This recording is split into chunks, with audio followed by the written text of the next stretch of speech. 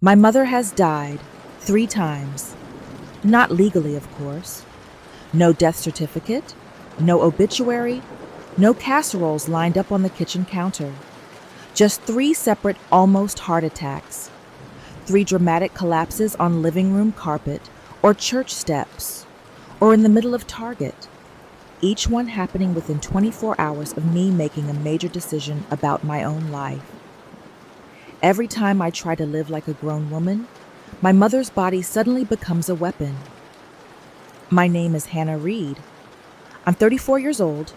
I live in Austin, Texas, and for most of my life, I believed I was a terrible daughter. Now I know I was just a very convenient hostage. One opening. The call I didn't answer. The night everything finally shifted, my phone lit up at 11:47 p.m. with the same contact I'd answered on the first ring my entire adult life. Mom. The heart emoji had been a joke once. Now it felt like a threat. The screen glowed on my nightstand while I lay in bed, staring at the ceiling fan spinning slow circles in the dark. I watched it ring once, twice, 3 times. I knew the sequence by heart. 4th ring, the call would stop. 5 seconds later, the text would come, then the picture, then the guilt. On cue, the phone went silent. A few beats later, the vibration started again.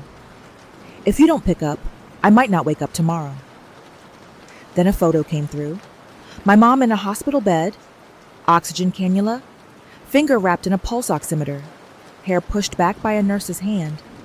It was the same selfie she'd sent me 2 months earlier, and 3 months before that, and once last year. I knew that because this time, I had it tagged and time-stamped in a folder on my phone. Evidence. Mom. Heart episodes. The original photo was taken 11 months ago, according to the metadata. I rolled onto my side, opened the folder, and tapped through the thumbnails. Screenshots of texts, audio files labeled with dates. A spreadsheet I'd started 3 weeks ago. I wasn't collecting memories. I was building a case. The phone buzzed again. Hannah, I'm in the ER and you don't care. My heart is failing and you're too busy with your fancy job. God sees everything. Don't cry at my funeral. I swallowed, thumb hovering over the screen. My therapist's voice floated up from our last session. Before you react, ask yourself, is this an emergency or is this familiar? I looked at the little gray audio icon next to the last phone call I'd recorded.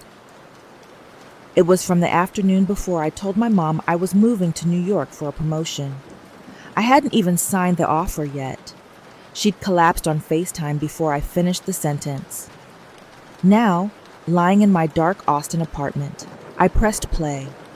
Her voice crackled through my earbuds, sobbing, dramatic, then oddly steady whenever she thought I wasn't paying attention.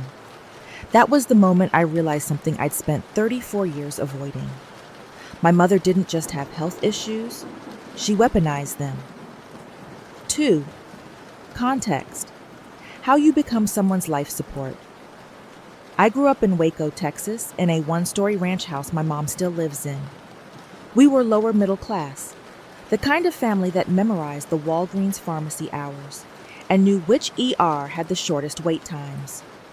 Mom had a whole collection of pill organizers, Monday through Sunday, morning and evening, laid out on a lazy Susan in the kitchen like a shrine. Your mama just has a weak heart, my grandmother would say, patting my shoulder. My father left when I was 10. There was no big dramatic exit, no slam door. One day he was there complaining about the Cowboys' offensive line, and 3 weeks later his lazy boy was gone, and his mail stopped coming. Mom's first episode happened the night he told her he wasn't coming back. She clutched her chest at the dining table and slid out of her chair onto the tile, wailing that her heart had stopped. I remember screaming and calling 911, my hands shaking so hard I could barely hit the buttons. The paramedics arrived, checked her vitals, and loaded her into the ambulance. I rode in the front seat, white-knuckled, watching the city lights blur past. At the hospital, they ran all the tests: EKG, blood work, chest x-ray. "Everything looks normal," the doctor finally said, his tone a mix of kind and tired. It could have been a panic attack.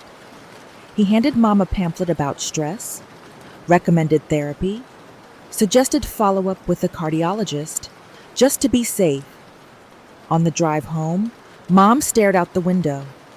"Can you believe he said there was nothing wrong?" she whispered. "Sometimes I think they want me dead." I was 10, so I believed her. By the time I hit high school, I'd become my mother's unofficial home health aide. I picked up her prescriptions from CVS, dealt with the insurance company when they denied coverage, sat with her in waiting rooms that always smelled like antiseptic and burnt coffee. If I was out with friends and didn't answer her call on the first ring, I'd get a string of texts, tightness in my chest. "You coming? Hard to breathe. If something happens to me, you'll regret not being here." I'd leave the movie or the football game, run to my 2002 Toyota Camry, and drive home with my heart pounding louder than the music on the radio. Most of the time, I'd find her on the couch watching HGTV, one hand pressed dramatically to her chest. "Oh, there you are," she'd say, like I'd been gone for months, not 90 minutes. "Did you call 911?" I'd ask. "No, I didn't want to bother anyone." Long sigh. Plus, they'd probably just send me home like they always do. At least my own daughter still cares if I live or die. And just like that, guilt would clamp down around my throat again. I got a partial scholarship to UT Austin, an hour and a half away. For the first time, Escape had a zip code. When I told Mom, she gripped the kitchen counter. "That far?"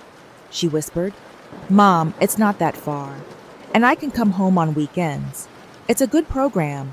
I got into their business school. This is a big deal." Her eyes filled with tears. "I guess you're just ready to abandon your sick mother." I tried to explain the numbers, the loans, the opportunity. She pressed her hand to her chest. "My heart," she gasped. "Hannah, call 911. Something's wrong." I dropped my acceptance packet on the floor and grabbed the phone. By the time the ambulance arrived, she was pale and sweating and barely able to speak. The paramedics carried her out on a stretcher. My acceptance letter lay on the linoleum, half soaked in a puddle of spilled sweet tea. At the hospital, after hours in those hard plastic chairs, the doctor came back with the same verdict he'd give us again and again over the next 15 years. "Her heart looks fine. Has she been under a lot of stress?" I nodded, fingers still sticky from wiping tears and sweat off her face. "She's always under stress." On the drive home, she stared at the dashboard. "Maybe it was God," she murmured. "Maybe he was sending a message." "A message about what?" "That I can't handle you leaving." I didn't go to UT that fall. I enrolled at the local community college instead. My guidance counselor called me 3 times asking if I was sure. I told her I wanted to stay close to family. The truth was simpler and much uglier. I was afraid my mother would die if I left. 3. Escalation. The price of every yes things didn't get better after I graduated. They got more sophisticated. I landed an entry-level job at a small marketing agency in Waco, making barely enough to cover our mortgage, utilities, and my student loan payment.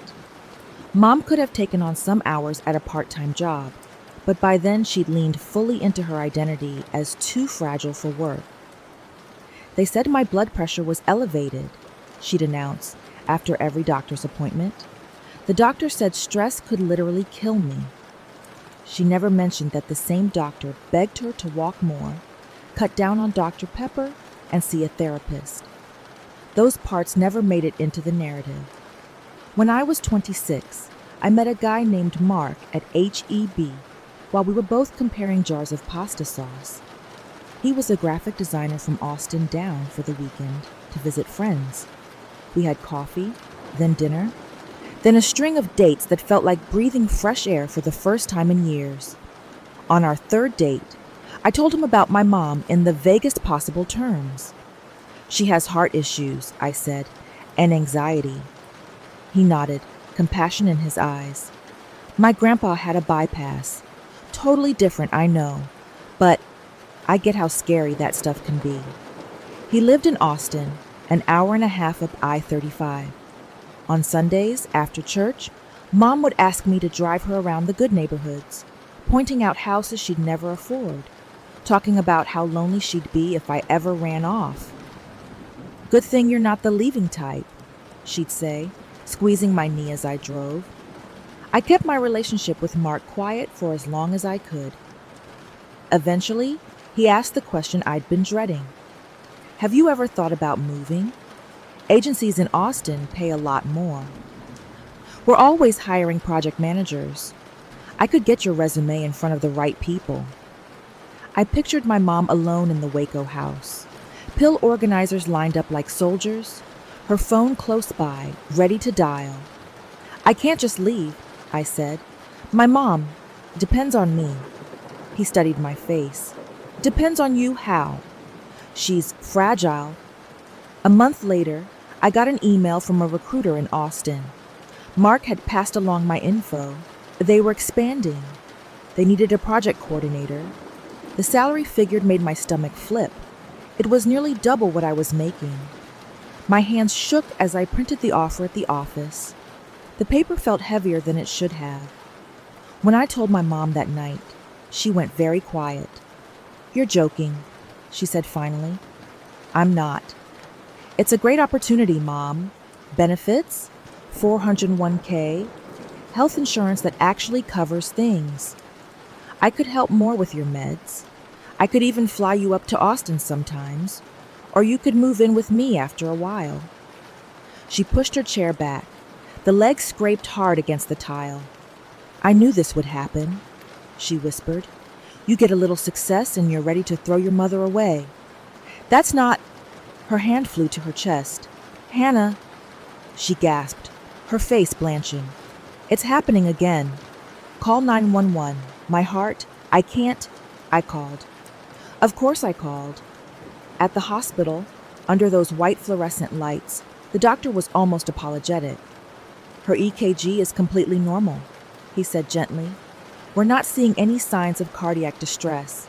Her labs are fine. We can keep her for observation if it makes you feel safer. But medically," he shrugged, "sometimes grief and anxiety show up like this. Has she considered talking to a mental health professional?" I nodded mechanically, staring at the monitor above my mother's bed. Her heart rhythm beeped steady, mocking me. On the drive home, she sat quiet for 10 minutes, then sighed deeply. "I think God just saved my life from the stress of you leaving me," she murmured. That was the second time my mother almost died when I tried to make a decision about my own life. I turned down the job in Austin. Mark tried to be understanding. For a while, we did the long-distance thing in reverse. Him driving down, me staying tethered to Waco by an invisible IV line that ran straight into my mother's chest. We lasted 8 months. "I can't compete with someone who can literally die whenever you try to live," he said softly over coffee one Saturday. His eyes were kind and exhausted. "I love you, Hannah, but this is more than I can handle." When he left, Mom hugged me tight. "I always knew he wasn't right for you," she said. "A man who really loved you would want you close to your family." I stood at the sink that night, washing dishes, wrists aching, and wondered, if I were the one in the hospital bed, would anyone drop everything and run for me? I already knew the answer. 4. The third collapse, and the first recording. I finally made it to Austin at 31. Not because Mom magically got healthier, but because my body started sending its own warning signs. Migraines, insomnia, chest tightness that turned out to be panic attacks. My therapist at the community health clinic in Waco, a woman named Dr. Patel, with kind eyes and a spine of steel, asked me a question during our third session that changed my life. "If your mother wasn't sick," she said, "who would you be allowed to be?" I stared at her. No one had ever framed it that way. "I don't know," I whispered. "Let's find out," she said. With her help, I applied for jobs in Austin again. This time, I didn't tell my mom until I'd already signed an offer. "I'm moving in 2 months," I told her at the kitchen table, sliding the lease for a 1-bedroom apartment in South Austin across the table. She smiled faintly. "You're serious?" "Yes." "And there's no way I can talk you out of it?" "No, Mom." She exhaled slowly, then leaned back. "Well," she said, her voice oddly cool, "we'll see." I braced for the chest clutch, the collapse, the dramatic fall to the floor. It didn't come. For 2 weeks, she was almost weirdly supportive. She helped me put my old clothes in Goodwill bags, folded my college sweatshirts, even went with me to Target to pick out a new shower curtain for the apartment. "I want you to have nice things," she kept saying. "You've worked hard, baby." The night before I moved, I stayed in my childhood bedroom, mattress on the floor, boxes stacked against the walls. My Camry was loaded with everything that made up my life. IKEA bookshelves, chipped coffee mugs, too many black jeans. I lay there in the half-dark, the glow from the hallway nightlight casting familiar shadows on the ceiling, and let myself believe, for one naive moment, that maybe this time would be different. Maybe my mom's body would behave. Maybe she'd let me go. She didn't collapse when I pulled out of the driveway the next morning. She waved from the porch, one hand wiping at her eyes, the other clutching her always present water bottle. "I'll be fine," she called. "You just call me when you get there, okay? The second you pull in." I promised I would. The drive to Austin felt like stepping out of a humid fog. The further I got from Waco, the easier it became to breathe. I moved into my new apartment, set up my Wi-Fi, learned how to parallel park on my narrow street. I bought myself a houseplant and a pour-over coffee setup and a rug I actually liked. My new job at a tech company downtown came with cold brew on tap, Slack channels for everything from fantasy football to bread baking, and coworkers who left at 5 without apologizing. For 3 months, it felt like I'd escaped. And then I got promoted. I'd stayed late 2 nights a week for a month, cleaning up a project another manager had dropped. When the campaign launched, it overperformed by 40%. My boss called me into a conference room with glass walls and handed me a new title, Senior Project Manager. I was still floating when I called my mom that night. "They gave me a raise," I told her, pacing my living room. My TV played some Netflix series on mute in the background, casting blue light on my walls. "And more responsibility, but in a good way. I'll be leading my own team." There was a pause on the other end of the line. "So, you'll be even busier?" she said finally. "A little," I admitted. "But it's a good thing. This is kind of a big deal." "Huh?" Silence. "You still haven't come home to visit," she added. "I came home last month, Mom. For a weekend. That's not the same as being nearby when my heart acts up." I opened my mouth, then closed it. I noticed my hand was shaking. Dr. Patel's voice echoed in my head again. "Start noticing what your body does when your mother switches into fear and guilt. Your body has been responding longer than your brain has." I walked to my kitchen counter and leaned against it. "Mom, I'm allowed to be happy about this," I said carefully. "I'm not saying you can't be happy," she said, a slightly shrill edge creeping into her voice. "I'm just saying your choices have consequences. You being so far away, me being here alone with my heart." Her breathing suddenly hitched. "Oh God," she gasped. "Oh no. Hannah, my chest. It's tight. It's like last time. I'm dizzy. I can't." "Have you taken your blood pressure meds?" I asked. No, this is different. This is worse. Her voice rose in pitch. Oh God, it's happening. My heart. I think this is the big one. Call 911. Call them for me. I can't reach my phone. Hannah, help me. I'm going to die and you won't even be here to say goodbye. Something in me snapped. Time slowed. I pulled my phone away from my ear and, with a kind of cold clarity I'd never felt before, tapped the red end call button. The line went dead. My hands were shaking so hard I almost dropped the phone. Then, with my heart hammering in my throat, I opened my voice memos app and pressed record. When the phone rang again, I slid my thumb right and hit speaker. Hannah, she screamed, how could you hang up on your dying mother? I'm on the floor. I can't breathe. I can't see. I held the phone away from my ear, let her words pour into the tiny microphone. Did you call 911? I asked, forcing my voice to stay level. I can't. Her breathing turned ragged on command. I can't move. You need to call. You need to come. If I die alone in this house, people will ask where my daughter was. I watched the seconds tick by on the recording. 30, 40, 50. You managed to dial me twice, I said. You can dial 911. Her breathing cut off for a second. What did you just say? She hissed. You heard me. A beat of silence. Then suddenly, the ragged wheezing smoothed out. Well, she said, voice cold now. I guess I know where I stand. Mom. No, it's fine. Your fancy job, your big city life. You're probably too busy recording this for your therapist anyway. The hair on the back of my neck prickled.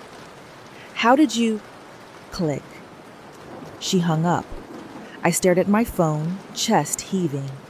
On the screen, the voice memo kept counting up. I hit stop. The file saved instantly.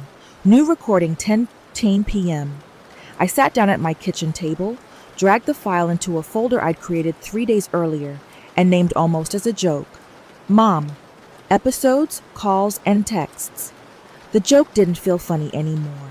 5. The turning point. Therapist plus lawyer.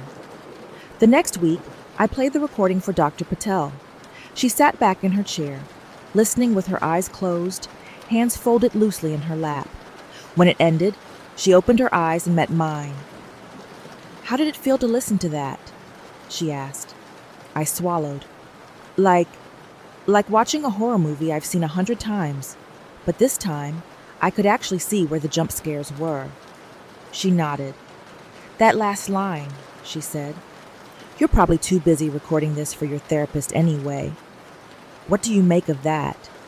It means she knows exactly what she's doing, I whispered, and she's angry I didn't fall for it. What does it mean for you? I stared at the floor. It means, I said slowly, I'm not crazy. It's not all in my head. It's a pattern. That's right, Dr. Patel said softly. We call this emotional manipulation. Sometimes when illness is involved, it gets tangled up with genuine symptoms, which makes it very hard for children, especially daughters, to tease apart. She leaned forward. I'm going to say something that may feel harsh, but it's important. Your mother is using the threat of her own mortality to control your behavior. Tears burned behind my eyes. If I accept that, I said, voice shaking, then I also have to accept that I let her do it for years, that I gave up school and jobs and relationships because I believed she would die if I didn't. Dr. Patel nodded. That grief is real, she said, but I want to be very clear. You did not make those sacrifices because you were weak. You made them because, as a child, your nervous system was trained to respond to her distress, as if it were a matter of life and death. She tapped my phone, still on the table. These recordings aren't to catch your mother, she added. They're to catch reality when your brain tries to gaslight you later.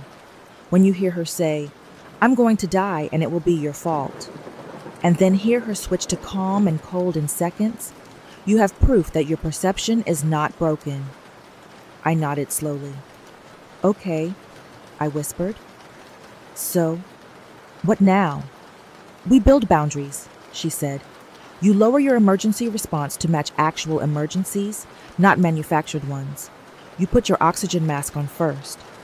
She paused. And I'd like you to consult a lawyer. A lawyer? I repeated. For what? You've mentioned a few things that raised flags, she said. Your name on her mortgage. That credit card you co-signed. The way she threatens to tell people you abandoned her.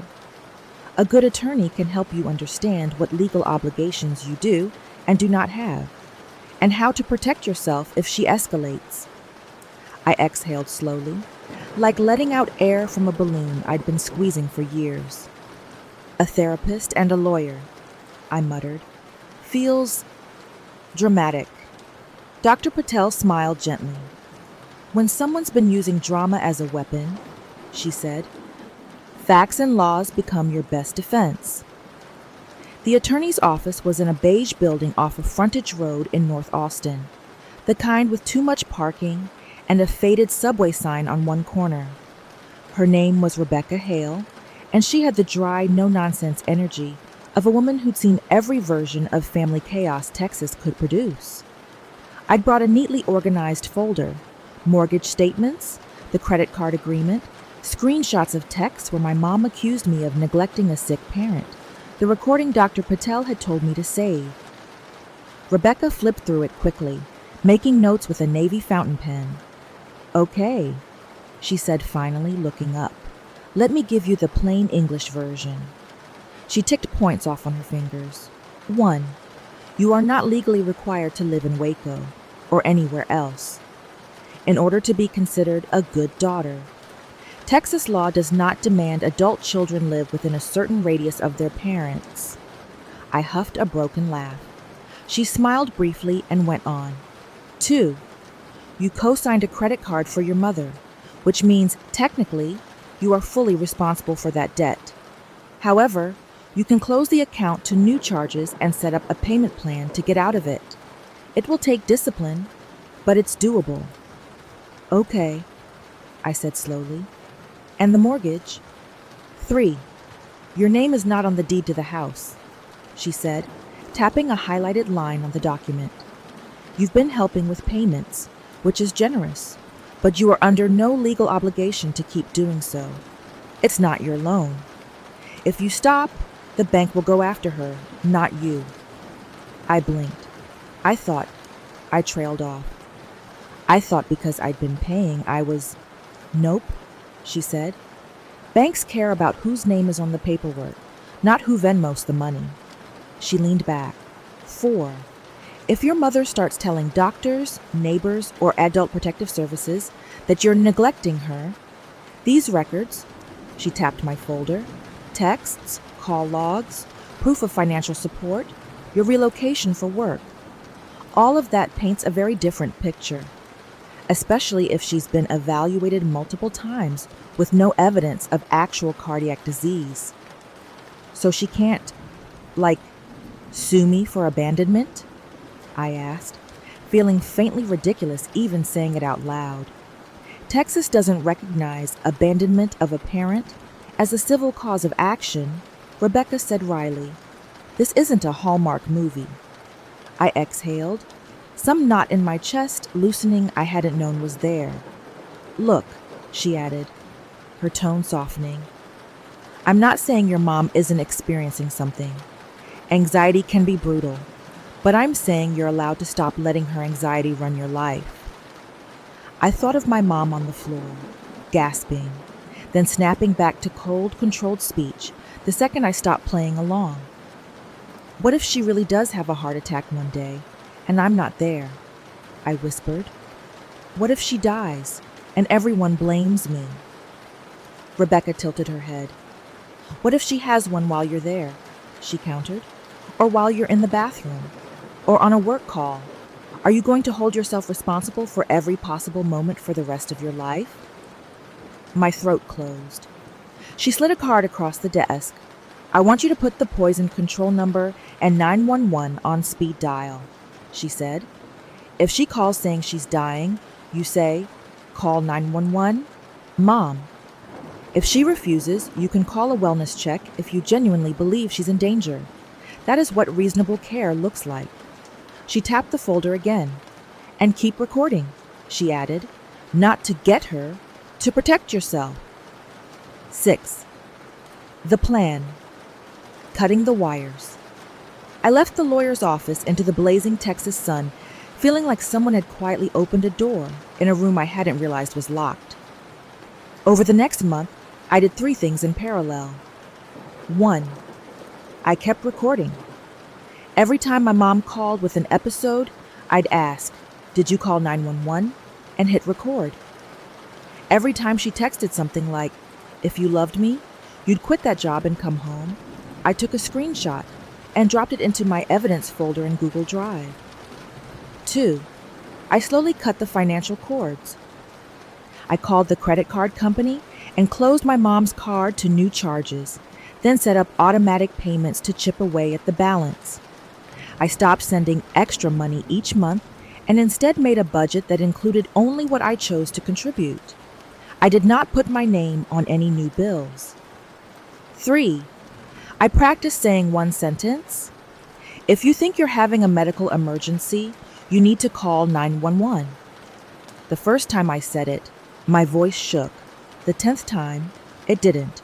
The backlash was immediate. "You've changed." My mom snapped over the phone one night after I repeated the 911 line for the 3rd time in a row. "I'm getting help," I said. "What? From that therapist who thinks she knows me?" She scoffed. "You're letting some stranger brainwash you against your own mother. She's helping me understand what's my responsibility and what isn't," I said, heart hammering. "Well, let her take care of me when my heart explodes," she spat. "We'll see how far her little degree gets her then." I pressed record. Another file dropped into the folder. A week later, she upped the ante. I was in a team meeting at work, a Zoom call with people from Austin, New York, and San Francisco. We were mid-discussion about a product launch when my phone lit up on my desk. "Mom." I let it go to voicemail. 30 seconds later, my watch buzzed with the text, "Call me right now, or I swear you'll regret it for the rest of your life." My stomach dropped. I muted my mic and camera. "Sorry, guys," I said. "Wi-Fi glitch. Keep going." "I'm still listening." I stepped out into the hallway, phone in hand, and hit call, after tapping record. She picked up on the first ring. "How could you?" she hissed. "I'm in an ambulance, Hannah. An ambulance. They're taking me to the hospital and you didn't answer." "Did you call 911?" I asked. "My neighbor did because you didn't pick up," she snapped. "I told them my daughter never answers when I'm dying." I closed my eyes. "If you're in an ambulance," I said carefully, "then you're getting the help you need." "How can you be so cold?" she wailed. I could hear the beeping of monitors in the background, the bustle of EMTs. "If I die on this gurney, it'll be on your conscience." "We'll talk after the doctors see you," I said. "Text me what they say. I have to get back to work." I hung up before she could respond. When I walked back into the conference room, my boss glanced up. "Everything okay?" he asked quietly. "My mom's having a medical scare," I said. "But she's in an ambulance. She's getting help." His eyes softened. "If you need to step out." "I'm okay," I said, surprising myself with how much I meant it. "Let's finish the deck." 4 hours later, my phone buzzed. They said it was anxiety. Again. They don't care if I die. No one does. No tests. No diagnosis. Same script. I dropped the text in the hospital discharge summary she later sent into my growing digital archive. I also noticed something else. My body, which used to go into full fight or flight at the word ambulance, had gone into something else this time. Not apathy, just clarity. She was in professional hands. It wasn't my job to resurrect her. 7. The showdown. Thanksgiving. The real breaking point came at Thanksgiving. I'd agreed, against my therapist's advice, to drive down to Waco for the long weekend. Part of me still hoped, irrationally, that if we just had one normal holiday, things might reset. I baked a pumpkin pie from scratch, loaded my trunk with Tupperware, and played a podcast about boundaries on the drive down. Mom's house looked the same as always. Faded wreath on the door, lawn a little too long, an American flag hanging slightly crooked from the porch. She opened the door before I even knocked. "There she is," she cried, arms outstretched. "My big city girl." I hugged her, stiffly at first, then a little more warmly as muscle memory took over. For the first day, things were fine. We watched the Macy's parade on TV, criticized the lip-syncing, and made stuffing. She didn't mention my job or my therapist once. On Thanksgiving morning, as I basted the turkey, she cleared her throat. "So," she said, dropping into a chair, "you're really staying in Austin forever, huh?" I brushed melted butter across the bird. "I don't know about forever," I said, "but for now, yeah, I'm happy there." She sighed dramatically. "I just don't understand," she said. "What's so great about that place that you'd leave your own mother to die alone?" Here we go, I thought. "Mom, I didn't leave you to die," I said calmly. "I moved for work. Adults do that sometimes." "You sound just like that therapist," she snapped. "All adults and boundaries and taking care of yourself. Do you know what I was doing when I was your age? Raising you. Alone. Working 2 jobs. Cooking dinner every night. Staying up with you when you were sick. I didn't have the luxury of self-care." I set the baster down and wiped my hands on a dish towel. "And I'm grateful for that," I said. "I really am, but I'm also allowed to have a life of my own now." Her face twisted. "You ungrateful little—" She stopped, pressing a hand to her chest. My heart sank. "Hannah," she gasped. It's my heart. It's really bad this time." She slid dramatically from the chair onto her knees, then to the floor. "I can't breathe," she wheezed. "Call 911. Hurry." I looked at her. Her color was normal. Her breathing, for all the theatrics, was steady. Her eyes flicked to me, then to the counter where my phone sat. I picked up the phone, and instead of dialing 911, I opened the voice memo app and hit record. "This is Hannah," I said clearly for the microphone. "It's Thanksgiving Day at 11:23 a.m. Mom says she's having another heart episode."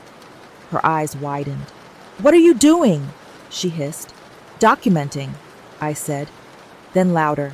"Mom, if you think you're having a medical emergency, you need to call 911. She stared at me, fury boiling up behind her tears. "You heartless." "I can call them for you if you want," I continued. "But if I do, I'm going to tell them exactly what I've told them every other time, that you've been evaluated multiple times and they've never found anything wrong with your heart." Her mouth opened and closed like a fish. "How dare you?" she whispered. "I'm done being your first responder," I said, my own voice shaking now. "There are trained professionals for that. If you're really dying, they're better equipped than I am. If you're not," I gestured to the phone, "then this is something else. And I'm not going to keep letting it control my life." She stayed on the floor, chest heaving theatrically. "You want me dead," she rasped. "Just admit it." "I don't," I said. "But I'm also okay with you being mad at me, if that's what it takes for me not to die with you." We stared at each other across the grimy kitchen tile. The timer for the turkey beeped. The sound felt absurdly normal.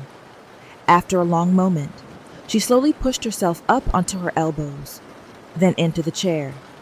"No ambulance?" I asked. She glared at me. "I'll be fine," she snapped. "Apparently you don't care anyway." I stopped the recording, my hands trembling, and slid the phone into my back pocket.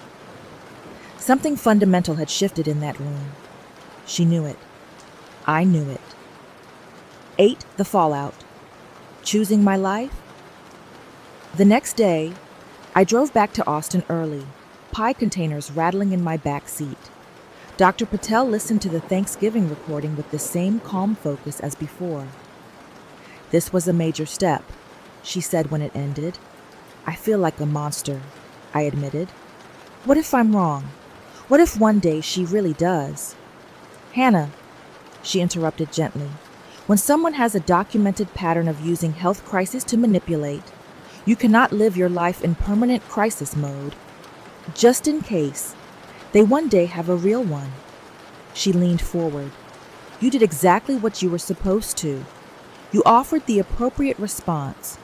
Call 911, seek medical help, and refuse to match the level of drama.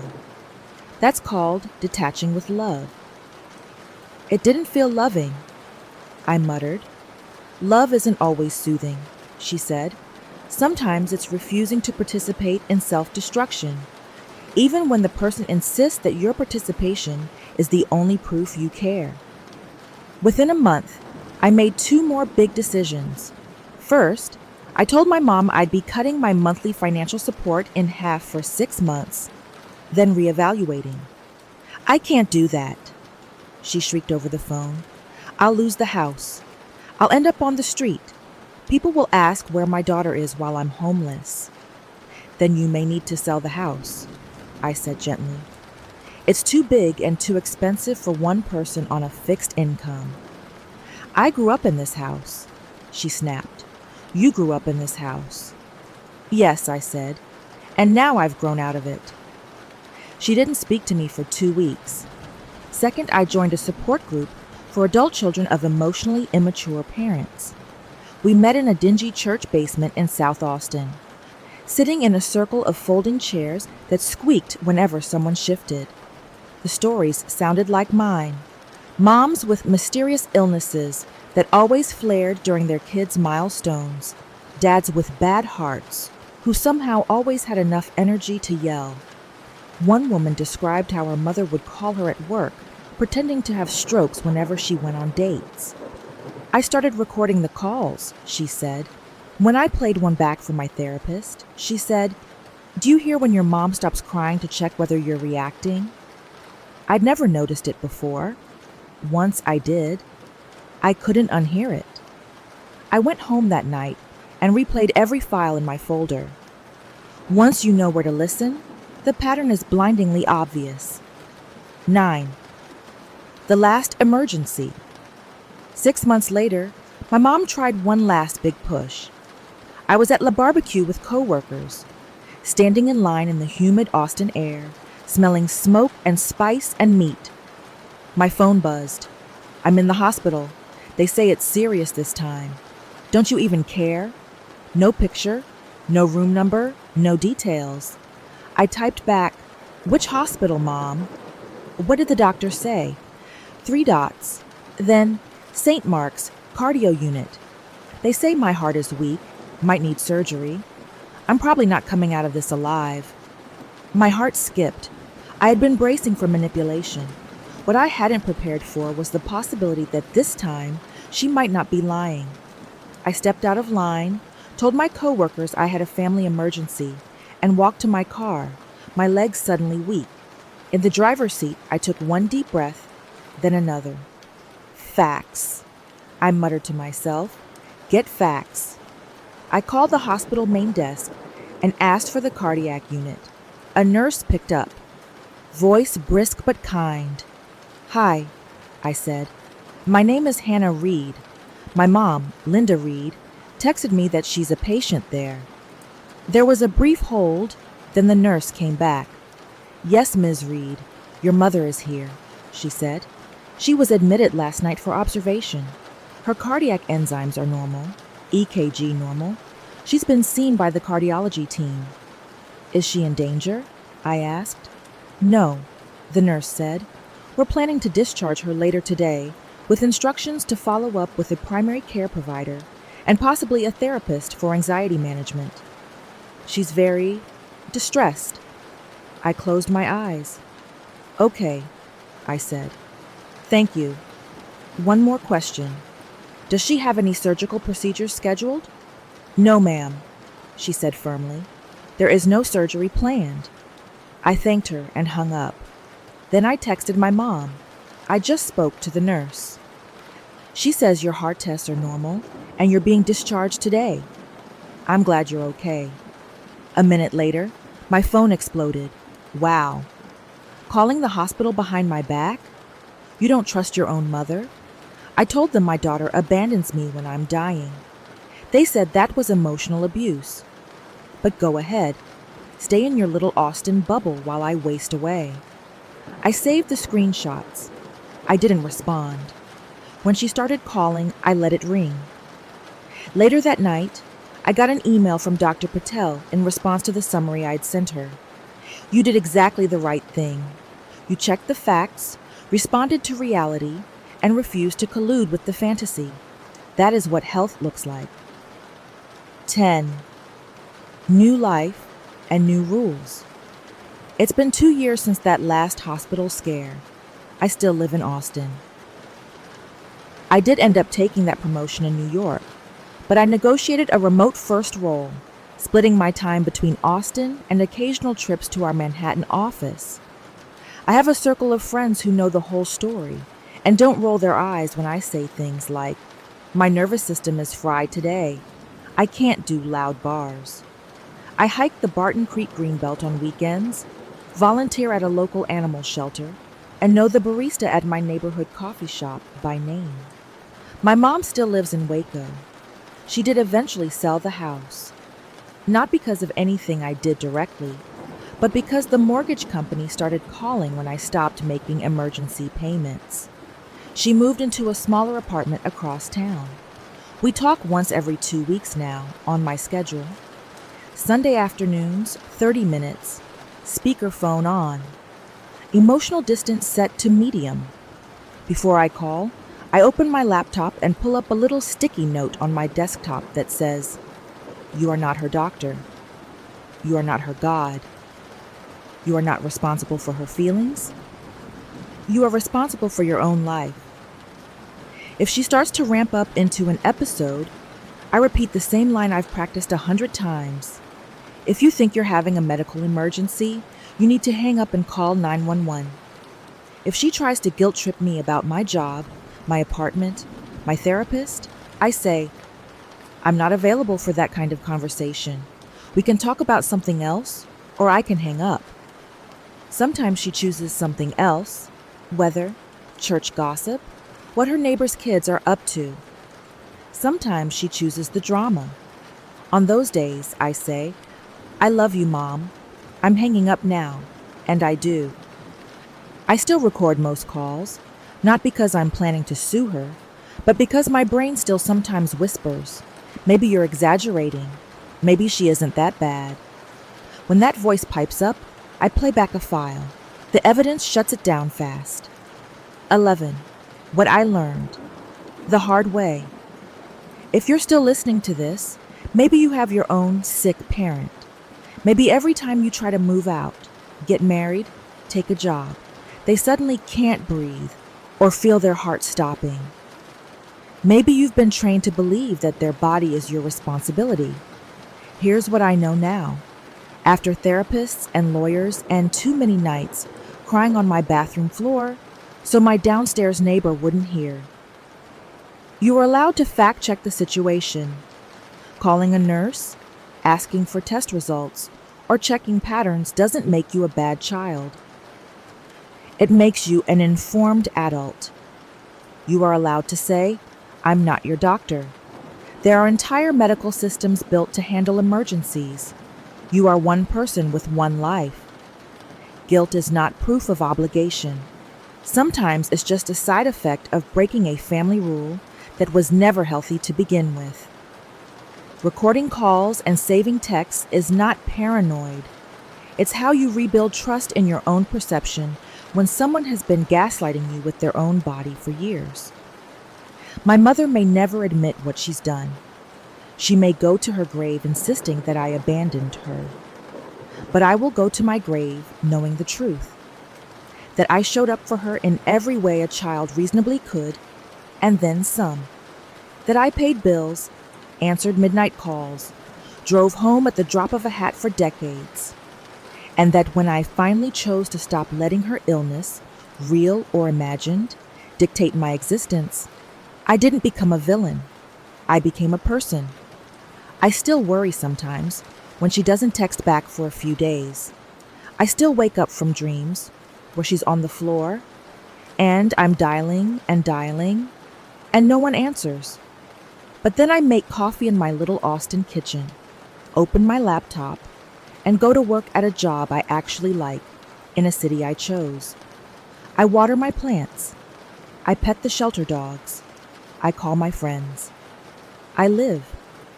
My mother's favorite line used to be, "If I die alone, it will be on your conscience." She was wrong. If she dies alone, it will be because she pushed everyone away who tried to love her without letting her sickness, real or staged, run their lives. My conscience? It's finally clear. And for the first time in 34 years, my heart, my real, literal beating heart, belongs to me.